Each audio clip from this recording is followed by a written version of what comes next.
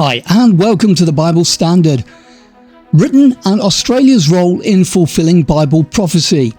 Well, this is going to be a revealing expositional Bible study examining the remarkable identity of the merchants of Tarshish and her young lions from the prophecy found in Ezekiel chapter 38. This presentation traces the ancient prophecy to its modern fulfillment, uncovering the pivotal role of Britain and Australia. Discover how history, archaeology and current global alliances align with this thought-provoking prophecy. A wonderful exploration of scripture provides vital understanding for our times. Now don't forget to like, share and subscribe, and drop us a comment in the comment section to have your say. We love to hear from you. Now, Ezekiel was a prophet who prophesied around BC 600, so you're looking at about 2,500 years ago, quite a remarkable thing. And we're going to find this chapter is very much up to date.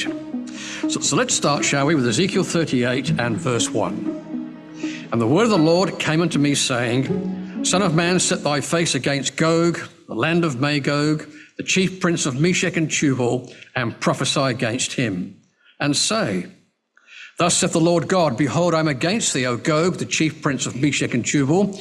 I will turn thee back and put hooks into thy jaws.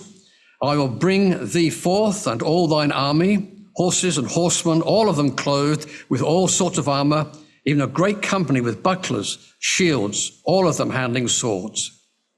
Persia, Ethiopia, and Libya with them, all of them with shield and helmet. Gomer and all his bands, the house of Dagama of the north quarters and all his bands, and many people with thee. Be thou prepared and prepare for thyself, thou and all thy company that are assembled unto thee, and be thou a guard unto them. After many days thou shalt be visited.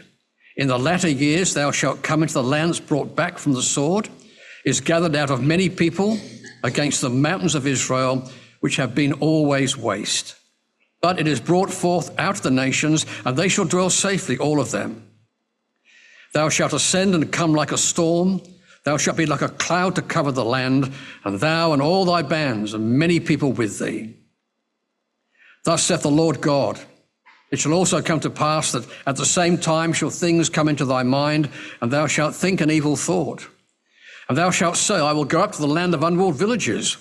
I will go to them that are at rest, that dwell safely, all of them dwelling without walls, having neither bars nor gates, to take a spoil and to take a prey, to turn thine hand upon the desolate places that are now inhabited, and upon the people that are gathered out of the nations, which have gotten cattle and goods that dwell in the midst of the land. Sheba and Dedan and the merchants of Tarshish with all the young lions thereof shall say to thee, Art thou come to take a spoil? Hast thou gathered thy company to take a prey? To carry away silver and gold, to take away cattle and goods, to take a great spoil. Therefore, Son of man, prophesy and say unto Gog, Thus saith the Lord God, In the day when my people of Israel dwelleth safely, shalt thou not know it. Well, that introduces our remarks for this afternoon. And very briefly, because we do hold Bible lectures on Ezekiel chapter 38, but this particular chapter describes a latter-day invasion of the land of Israel. Now, what do I mean by latter day? Well, in verse 8, we have a definition of latter days. In the latter years, says verse 8, thou shalt come into the land that's brought back from the sword, is gathered out of many people against the mountains of Israel, which have been always waste, but it is brought forth out of the nations, and they shall dwell safely, all of them. So the latter years or the latter days is defined as the time when the Jewish people are back in the land after many, many years of desolation. Now, in 1948, the state of Israel, against all normal odds, became a nation. And the Jewish people, after many years of dispersion, came back to their land, and they are now dwelling safely, or the Hebrew word means securely, confidently. So we are living in the latter years. We are living in the latter days. And this chapter describes this invasion by a power called Gog. And then in verse 13, as this power is invading, there is a voice of protest. And here it is in verse 13. Sheba and Dedan, and the merchants of Tarshish, with all the young lions thereof, shall say, Art thou come to take a spoil? Hast thou gathered thy company to take a prey, to carry away silver and gold, to take away cattle, goods, to take a great spoil? Now, what is interesting about that verse is that there is an assumption there that when the Jewish people do return in the latter years, it's going to be a wealthy economy. There is silver and gold and cattle and goods. It's not going to be an impoverished nation. It's going to be a prosperous nation. And that's exactly what we see Israel today. Since the 7th of October 2024 massacre, the economy of Israel has almost doubled in value. And that's just an indication of the growing technology base of this particular nation. And that's just inferred in that verse. But the reason why I want to direct your attention to that verse is because as this huge invasion envelops the Middle East, which is yet to happen, there is a voice of protest from this group in verse 13, Sheba and Dedan and the merchants of Tarshish, with all the young lions thereof. Now, we're not going to focus specifically on Sheba and Dedan, but we are going to focus on this group called the merchants of Tarshish and the young lions thereof. So the question we ask ourselves is, well, who is this biblical Tarshish? Is there evidence that allows us to point a finger at the identity of this power which will support the Jewish people in that time of invasion? I'd like you to come to Genesis chapter 10. This is the first time we come across the word Tarshish.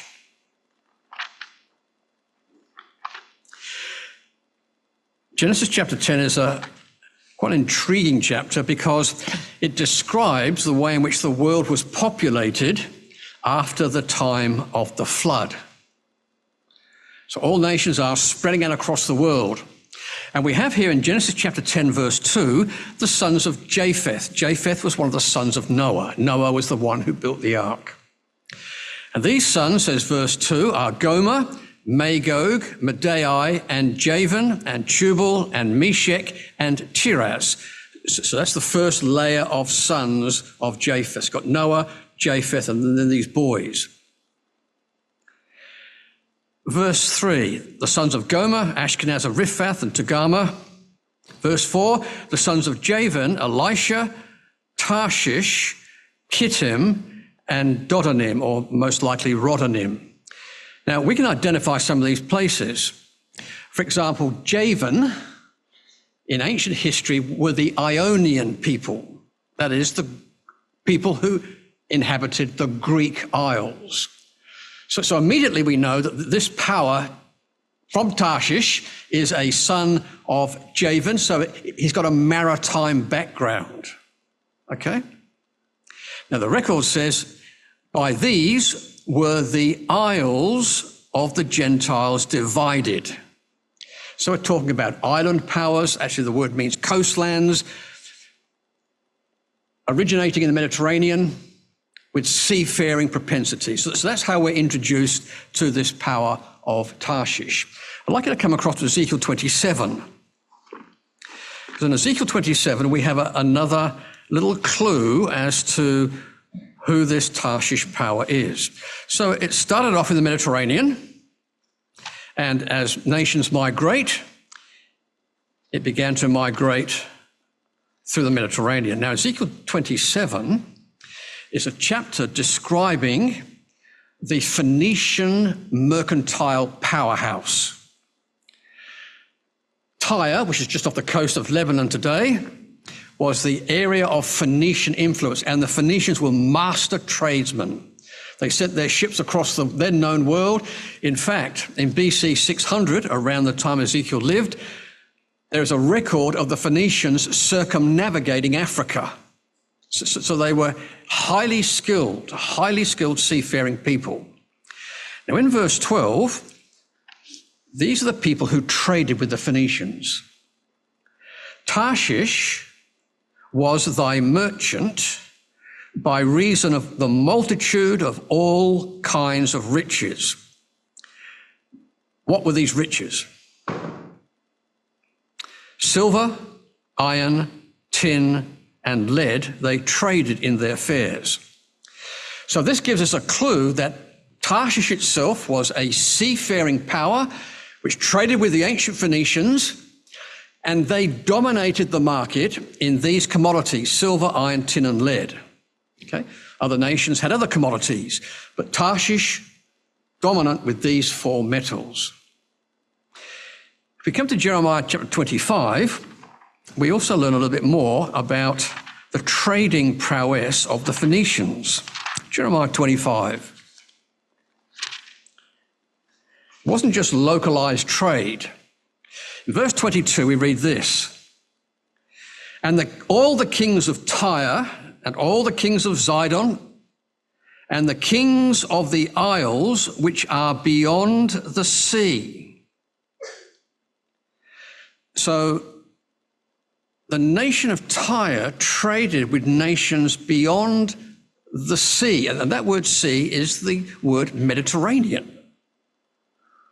So the Phoenicians not only traded locally across the Mediterranean, they went outside the Pillars of Hercules, the Straits of Gibraltar, and they traded with seafaring nations beyond the sea. And that's where we're going to find where Tarshish is, beyond the Mediterranean Sea. It's quite an interesting picture, isn't it? Now, we're going to chase down those four commodities: silver, iron, tin, and lead.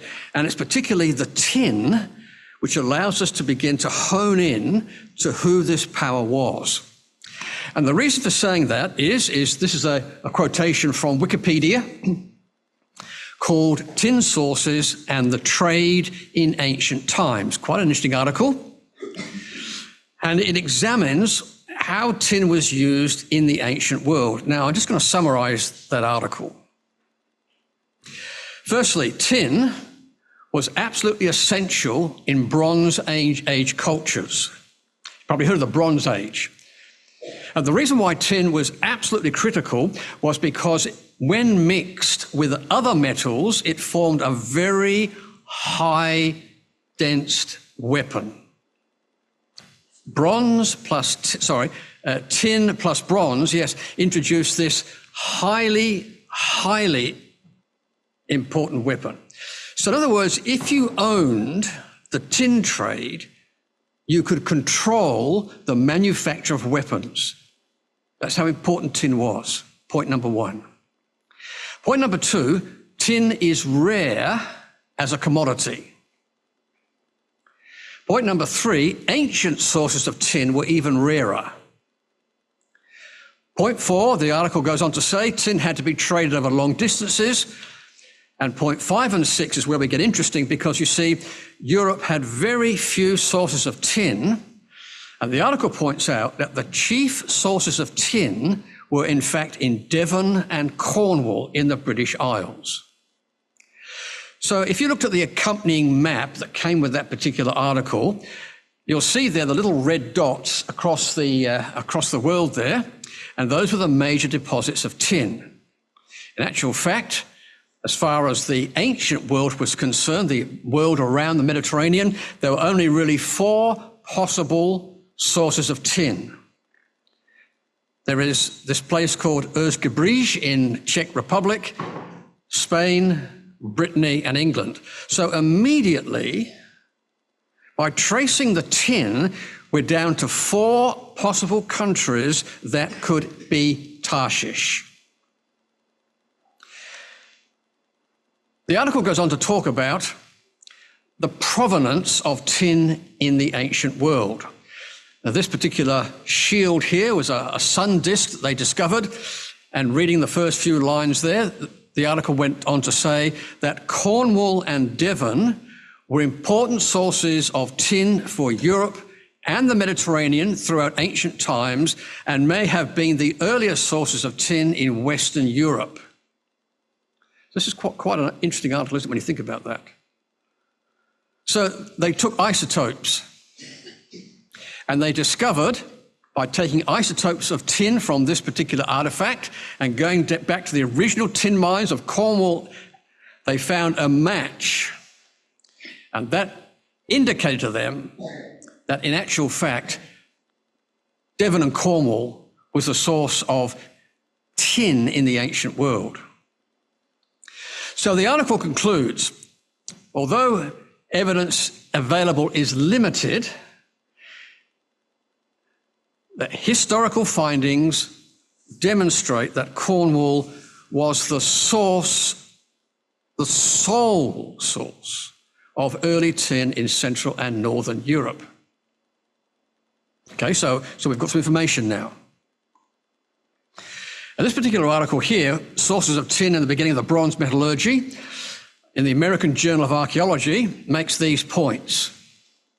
The main sources of tin since about 1600 BC, that's 1,000 years before Ezekiel prophesied, they were located on the fringes of the ancient world, southern England and Brittany. Brittany is that northwest of France. And the geological documentation illustrates that the sources of tin, particularly in England and north and west France, were in fact extensive. So we're allowing ourselves to position our inquiry into this part of the globe. They used to draw maps in ancient times, not very accurate maps. And this is a very famous map of Hecataeus, who was a Greek geographer in around BC 500. That was his map of the ancient world. On the left-hand side, we have the Greek words, and on the right-hand side, we have the translation into English. And right across there, in that circle, in BC 500, there was a particular place known as the Tin Isles, the Christadelphians, actually, in Greek. So even by just after 100 years after Ezekiel prophesied, there is a well-known designation of the Tin Isles, okay?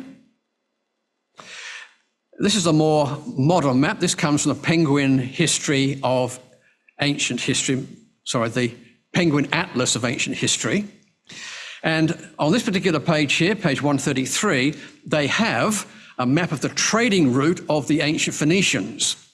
As you can see, it starts off from Lebanon and it goes all the way through the Mediterranean, outside the Pillars of Hercules, outside the Straits of Gibraltar, and trading in tin with Britain. That little symbol up there in the circle on the map is tin. So it was very well known to the ancient world that Britain, Cornwall and Devon particularly, were sources of tin in the ancient world. We'll build on that particular point. Now, what about the iron, the silver, and the lead? Well, here's a very interesting map. Roman Britain, industrial mining. And guess what? All those four metals, silver, iron, tin, and lead, were well-known mining deposits at the time the Romans invaded. And obviously, those deposits existed prior to Roman times as well. So we're building a picture, aren't we, of tin being a rare commodity, of only a few nations trading in it, and we find that British tin is, in fact, part of the equation. Now let's continue.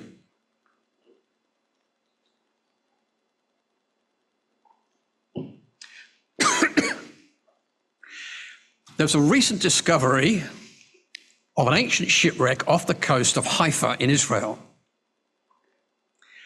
And researchers from the Heidelberg University brought up to the surface these tin ingots. An ingot is a particular shape they used, like a cowhide shape, and they used those to transport the tin. It had four handles, and that's what they did. So what they did was that using lead and tin isotope data, they decided to trace where did this tin come from.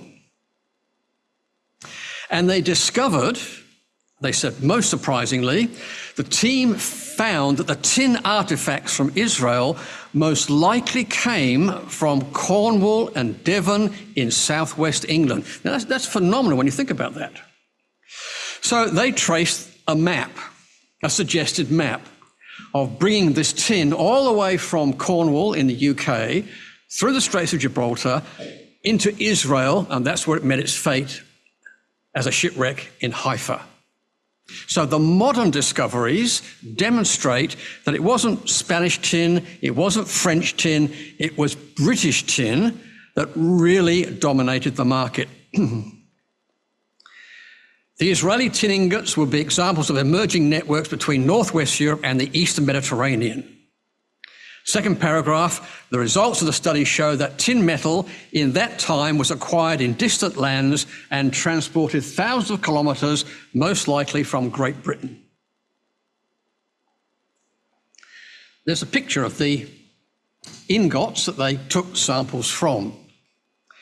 In fact, the British ambassador at the time, the Israeli ambassador to Britain, Mark Regev, said, with the discovery of 3,000-year-old Cornish tin in Israel, it appears that the Israeli-British trade goes back further than I or the Trade Secretary knew.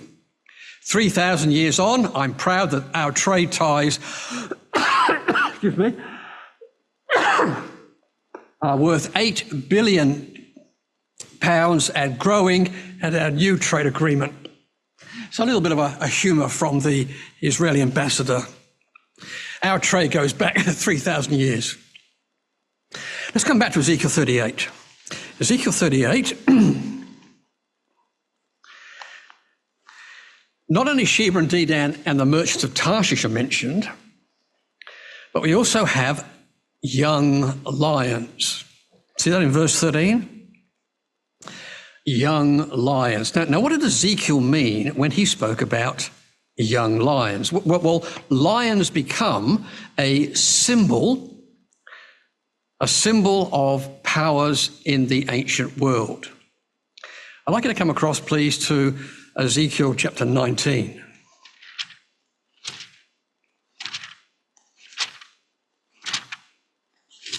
Everything all right? Oh, thank you. A special lolly. Thank you, dear. Oh, much better. Ezekiel 19.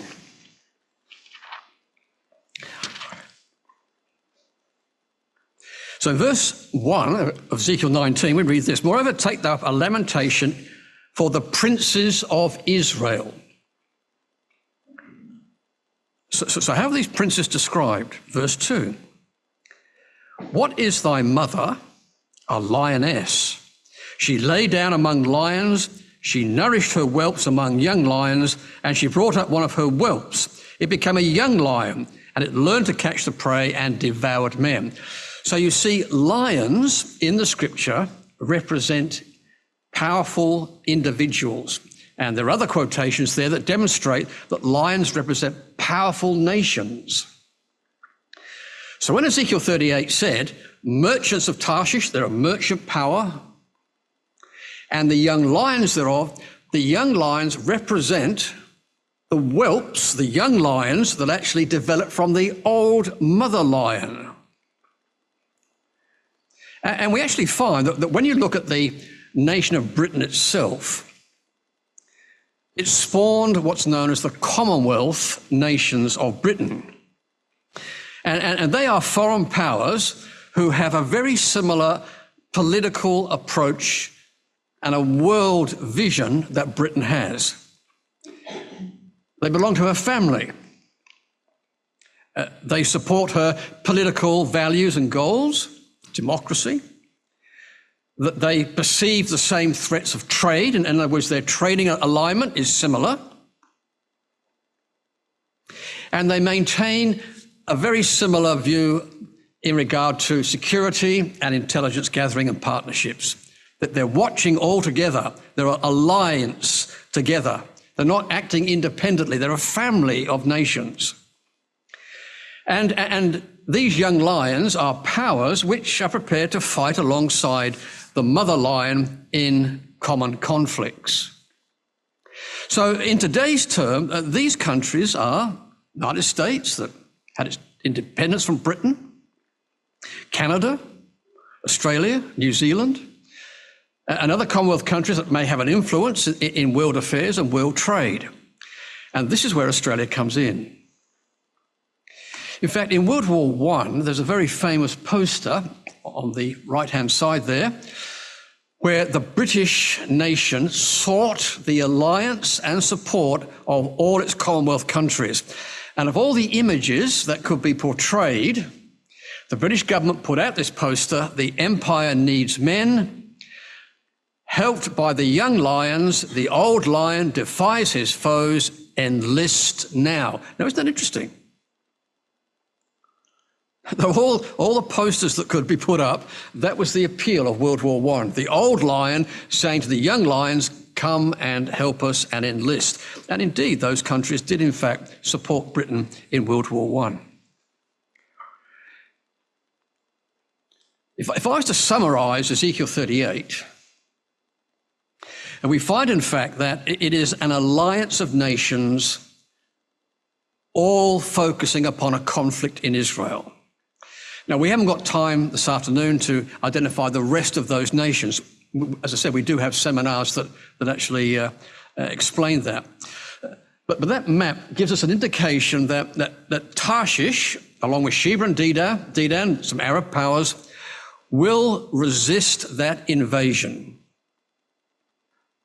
And even if you look at alliances today, I mean, the Western powers of Britain, Australia, America, generally have a coalition of common interest, which is decidedly different from places like Russia and China. The relationship between Australia and Europe is fractured, but with Australia and Britain is quite strong. And we don't think that's by chance, because we know from Ezekiel 38 that this alliance will in fact be a strong alliance. Now, I'd like you to come to the next book of the Bible, Daniel chapter 11. Because Britain and Australia had a very unique part to play in the purpose of God.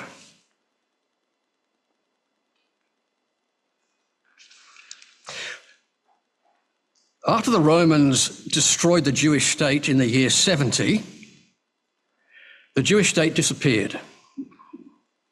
And then 1900 years later, approximately, the state of Israel was proclaimed. It's a modern miracle. What nation has ever come back from dispersion to establish its own political identity? No other nation in the world. But God said, "My purpose is with Israel. I will bring the Jewish people back to the land." That's Ezekiel 38.